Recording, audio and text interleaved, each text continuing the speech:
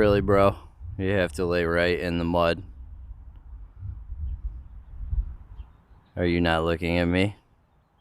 Are you ignoring me? Hey guys, what's up? Welcome back. I'm with my handsome assistant here, who's currently eating my grass, I think. But we got kind of a junky stretch of weather here. We're in the end of March, and it's kind of drizzly, temps in the upper 30s, and not great weather for working outside, but I got the day off, so we decided we're going to do something anyway.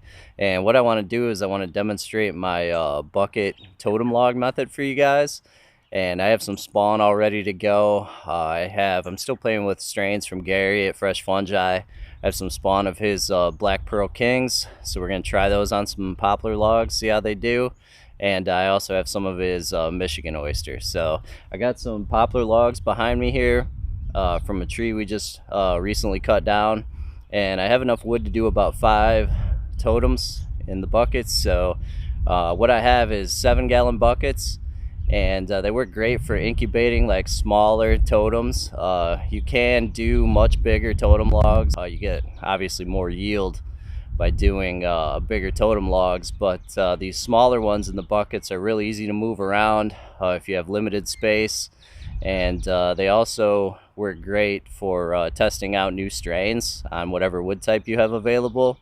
And so I'm going to demonstrate that technique for you guys today. It's one I've used over the past couple years and it's worked great. So as I said, I have some poplar logs behind me. It's a softer hardwood that works great for oyster mushrooms, but you can use this method on a lot of different wood types and a lot of different species. I've done it with Reishi, Maitake, Enoki, even Shiitake work really well on totems. So if you need some help matching up whatever wood type you have available to a suitable species, check out Field and Forest Products online.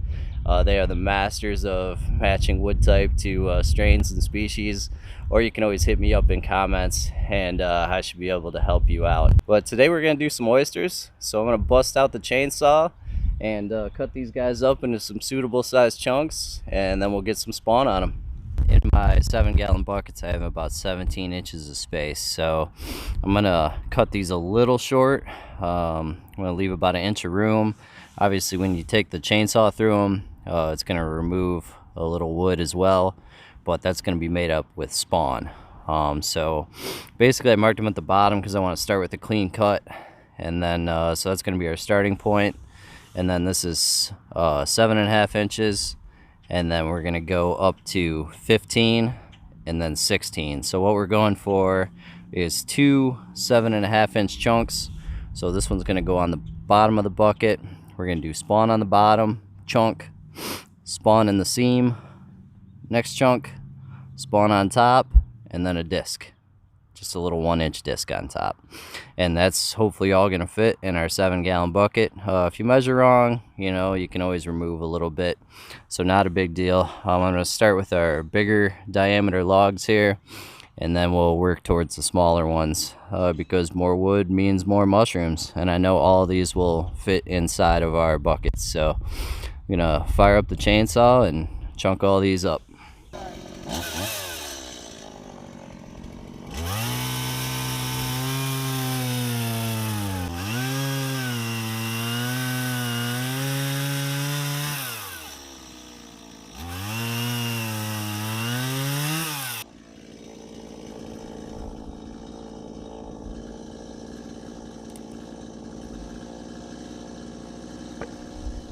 Here's our spawn.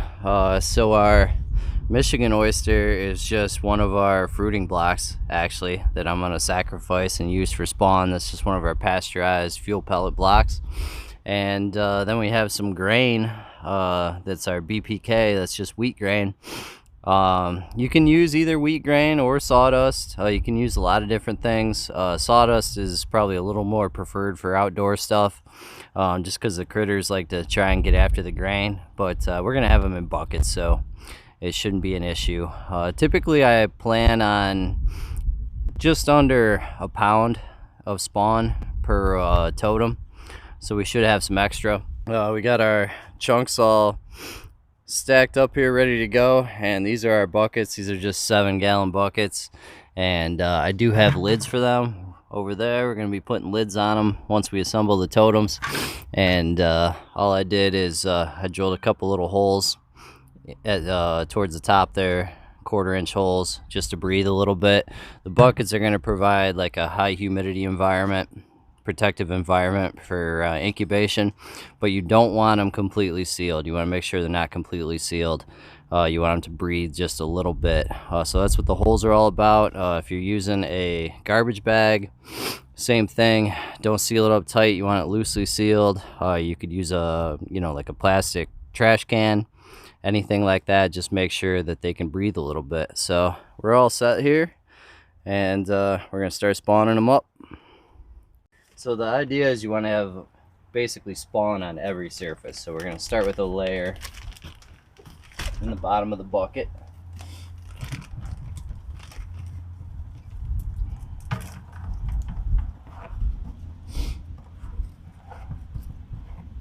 We're gonna have extra spawn here, so I'm gonna go a little heavy. You don't have to go this heavy.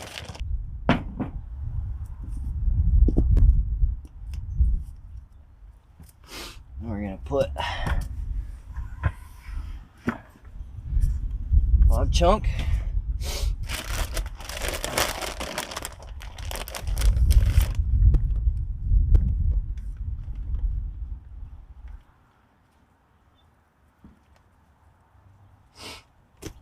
Doesn't have to be a thick covering of spawn, but you do want to make sure you cover it from edge to edge or close to it.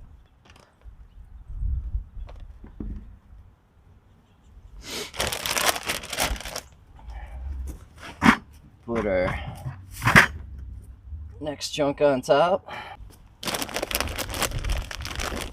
I'm not sure the cap's gonna fit on top of this. So if it's looking like your totem's gonna be a little too tall for your lid to go on, which this one might be, you can skip the disc on top. Usually this will sit, and this one's gonna be real close actually. That one may make it.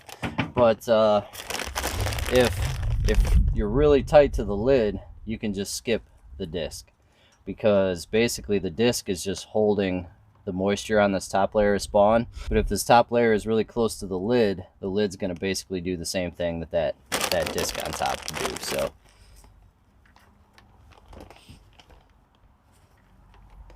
typically I'll incubate these for a month or two, and by that time these should be totally covered in white mycelium by the time you are ready to take them out of the buckets.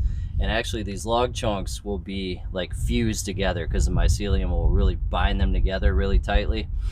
So when you dump these out of the buckets, everything will stay intact. That white mycelium on the outer surface of the log, when you basically move it outside, expose it to fresh air, it's gonna die back. But don't worry about it, because all that mycelium inside the log is still growing, and your mushrooms are still gonna go ahead and fruit when they're ready to fruit. So typically I'll incubate these for a month or two, and then you just want to find a spot where it's basically, you don't want direct sunlight, you want it a little shaded.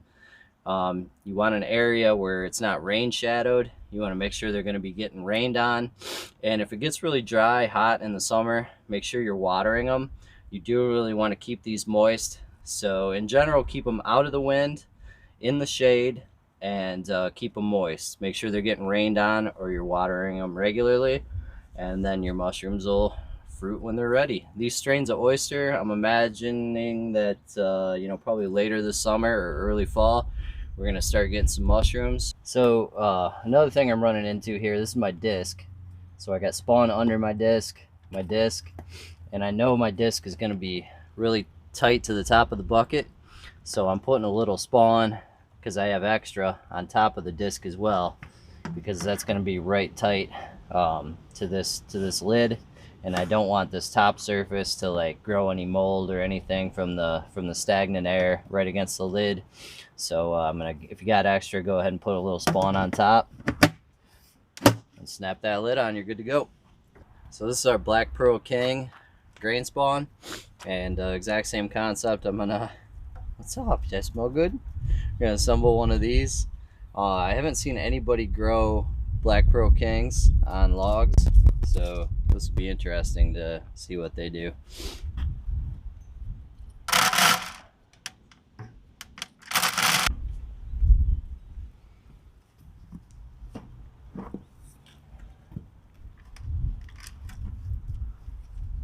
Same thing with the grain, just trying to do a nice even layer.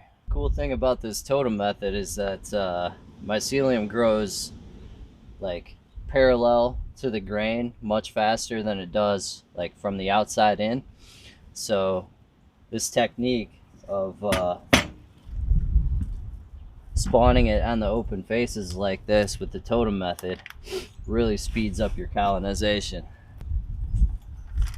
Put our disc on top, so we got room for the disc, but I got extra spawn in the jar here, so I'm gonna put some of that extra spawn right on top.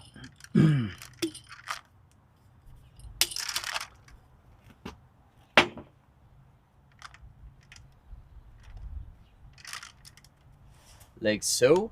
And then we're gonna snap our lid on. That's it, ready to rock. And I'm just incubating them on my back patio on the north side of the house here, so they'll be nice and shaded. And in a couple months they should be ready to go.